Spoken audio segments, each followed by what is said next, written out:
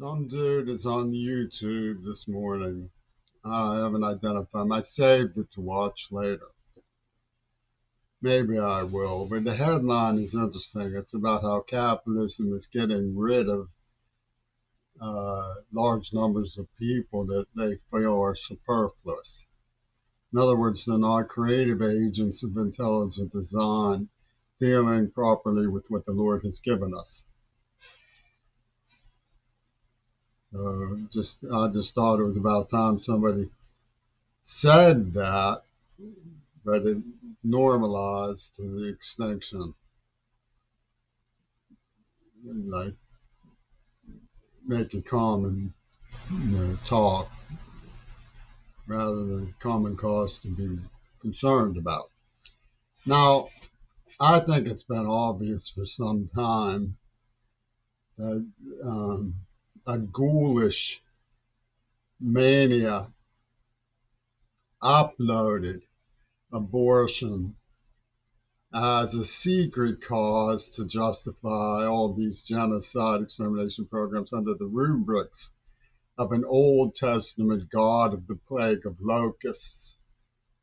Like if you look back on Army intelligence, who used high command in Pittsburgh, yes, the gubernatorial office of Pennsylvania launched an army mechanism that came into Fulton Elementary Public Schools with the Neva Pornographic Corporation and put on Charles Bronson episodes of torturing children for later retrieval to give copyright to the people who were doing it. And Pittsburgh calls this their product.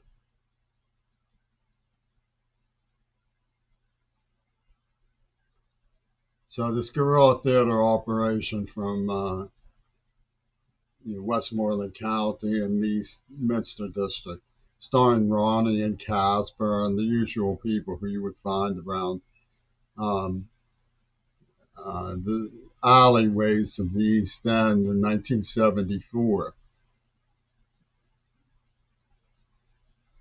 They're recurrent. And Tony Servey, which is TC, like Tacoma Community, or like TACID, CIADT, tacit for the Trump acid disabled pawns of the put on, is maniacally landscape. There's one 1122 Highland Park. It could say Woodstock, 1122 Woodstock, and people wouldn't get the joke. They have fast coincidence, but 1963. Savage 1020, which is my birthday that preeminated in the script. I call these landscaping. So people are capable of building skyscrapers because of their money playing chess with the landscape to make it laugh. Oh, can't you hear us laughing? Can't you hear the Vincent Price, Tony Servey administered the nerve agent, had a brother who was into what he called Dr. Fibbies, which was Dr. Fobbs. You don't catch him in the end. He's a phantom that you can't catch, and he unleashes plagues. And in light of that, they should be warranting investigation of this army circuit.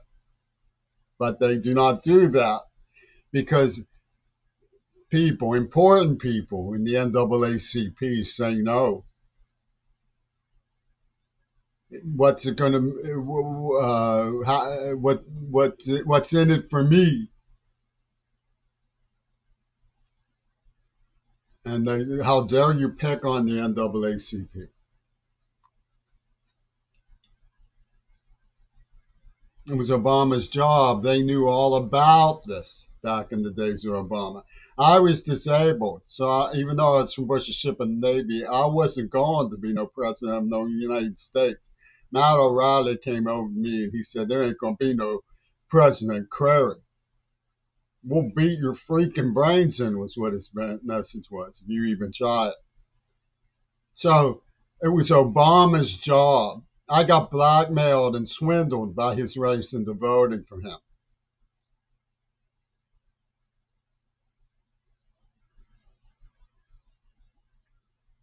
Now, you're wondering, who am I? What do I believe in? Well, I believe in public schools and the safety of school children, for one thing.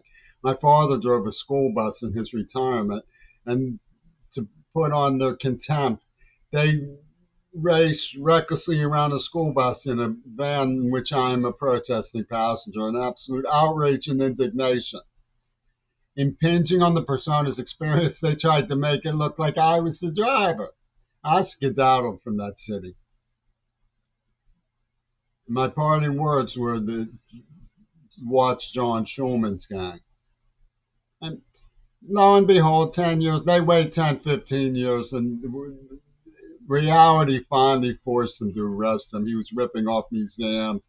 This gang was torturing prominent children of senior faculty and molesting them and breaking their ribs, whether man, woman, or child. And they did nothing. When a mysterious notary appeared on the back of his obituary, German Green Party, don't know who. Pitt did nothing. Absolutely nothing. Stark raving mad administration. Refused to look at the evidence. They arrested me for presenting the evidence, and in light of what the evidence was about, Mount Desert Island and so on, they should be tracing it back to this Army command who's putting on plagues like Dr. Fibbies, but they won't.